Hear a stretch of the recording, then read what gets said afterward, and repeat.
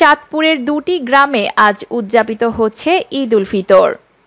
চাঁদপুরের হাজীগঞ্জের বড়কুল পশ্চিম ইউনিয়নের সাদরা ও সমেশপুর গ্রামের কিছু অংশের মানুষ আজ রবিবার পবিত্র ঈদ উল ফিতর উদযাপন করছেন।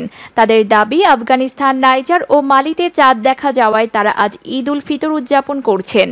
রবিবার হাজীগঞ্জের সাদরা দরবার শরীফ মাদ্রাসা মাঠে ঈদের জামাত অনুষ্ঠিত হয়। জামাতে ইমামতি করেন সাদরা দরবার শরীফের পীর মুফতি আল্লামা জাকারিয়া চৌধুরী আল মাদানী। এদিকে গত বছরের মতো এবারও বিশ্বের যে কোনো প্রান্তে চাঁদ দেখার উপর নির্ভর করে আগাম ঈদ উদযাপনকারীদের মধ্যে দেখা দিয়েছে মিশ্র প্রতিক্রিয়া। তাদের মধ্যে অনেকেই বিষয়টি নিয়ে ক্ষোভ প্রকাশ করেছেন।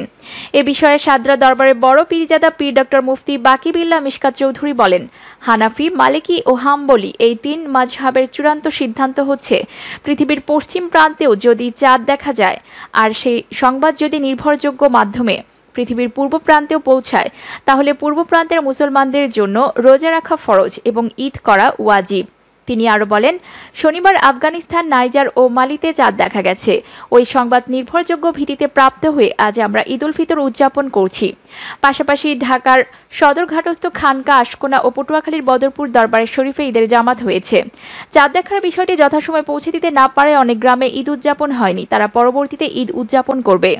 তবে সাদরা দরবার শরীফের আরেক পীর মোহাম্মদ আরিফ চৌধুরী বলেন, আমরা ঈদ করছি না, আমরা চাচারা ঈদ উদযাপন করলেও আমাদের কাছে তা গ্রহণযোগ্য মনে হচ্ছে না। আমরা সোমবার ঈদ উল ফিতর উদযাপন করব। স্থানীয়রা জানান, সারা দেশে যখন পবিত্র রমজান মাসে চাঁদ দেখা যায় তখন সাদরা ও সমেশপুরি গ্রামে একদিন আগে থেকে রোজা পালন শুরু হয়েছে। আজ যখন এই দুটি গ্রামের একটি অংশে ঈদ উল ফিতর উদযাপিত হচ্ছে, তারা পালন করেছে 29 রোজা, আর বাকি অংশ যখন ঈদ উদযাপন করবে তাদের পালন করা হবে 30 রোজা।